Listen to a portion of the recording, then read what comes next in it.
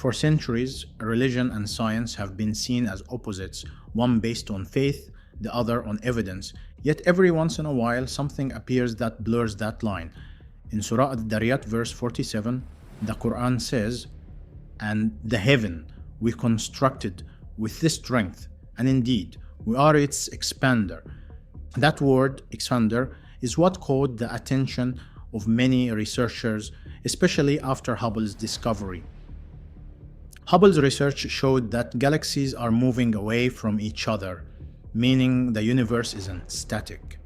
It's stretching, expanding in all directions. This observation became the foundation for modern cosmology, what we now call the Big Bang Theory.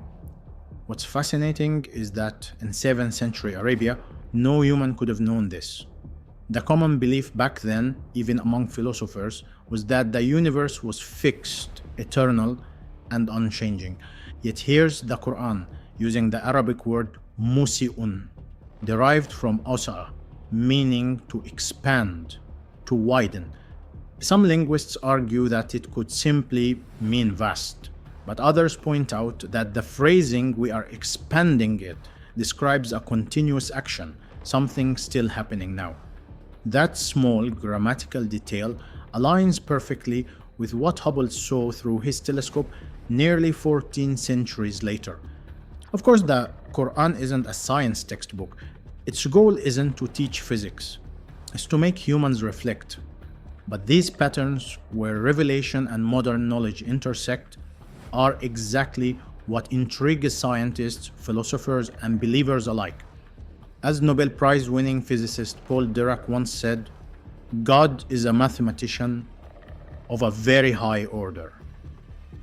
Maybe the expansion of the universe isn't just a physical phenomenon.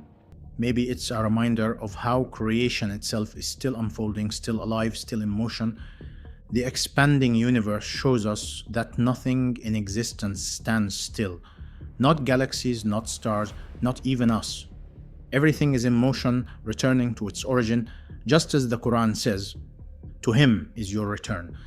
Whether you see this verse as divine revelation or coincidence, one truth remains: curiosity is sacred, and maybe the real lesson isn't that the Quran predicted science, but that it invited us to look deeper, to question, and to never stop seeking knowledge. Because somewhere between the telescope and the scripture lies a universe waiting to be understood.